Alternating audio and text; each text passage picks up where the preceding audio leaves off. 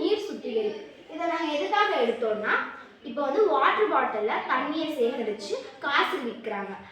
ஆனால் அது வந்து பார்க்குறதுக்கு சுத்தமாக இருக்கும், ஆனால் அதில் நிறைய கிருமிகள் இருக்கும். அதை நம்ம குடித்தா என்ன நடக்கும்னு எல்லாருக்குமே தெரியும்.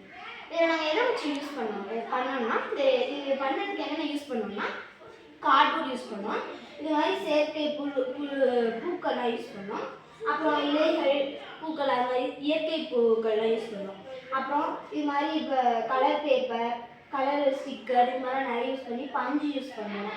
அப்புறம் வந்து இந்த கப்ஸ் எல்லாம் யூஸ் பண்ணோம், அதுக்கு ஸ்ட்ரா இதெல்லாம் யூஸ் பண்ணோம்.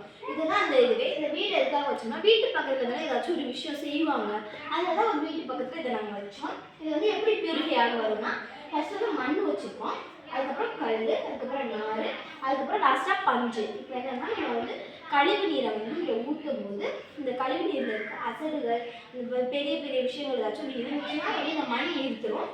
அதுக்கப்புறம் இந்த கல்லில் வந்து அதில் ஏதாச்சும் அசடுகள் கழிவுகள் இருந்தால் அது இழுத்துரும். நார் சின்ன சின்ன விஷயங்கள் வந்து இழுத்துட்டு லாஸ்ட்டாக பஞ்சில் சுத்தமான நீராக கிடைக்கும். இப்போ வந்து அதை பார்க்கலாம். இதை வந்து ஃபஸ்ட்டு தண்ணி எடுத்தால் இது ஒரு கழிவு நீராக நம்ம செஞ்சுருக்கோம், அந்த தண்ணியில் ஊற்றலாம்.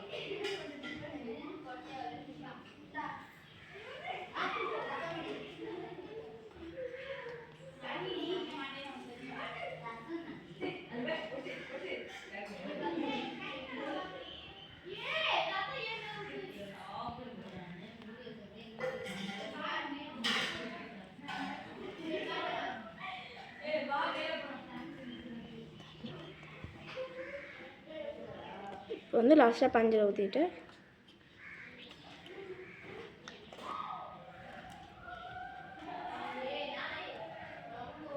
ஃபஸ்ட்டாக இருந்தால் நம்மளுக்கு சுத்தமான நீர் வந்து கிடச்சிருச்சு.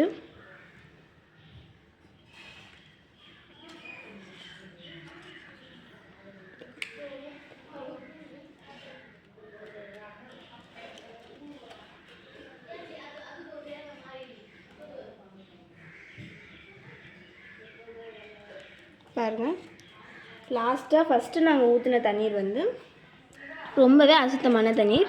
இப்போ வந்து எங்களுக்கு நல்லா குடிக்கிற தண்ணீராக கிடச்சிருச்சு. இதான் எங்களோட ப்ராஜெக்ட். நன்றி.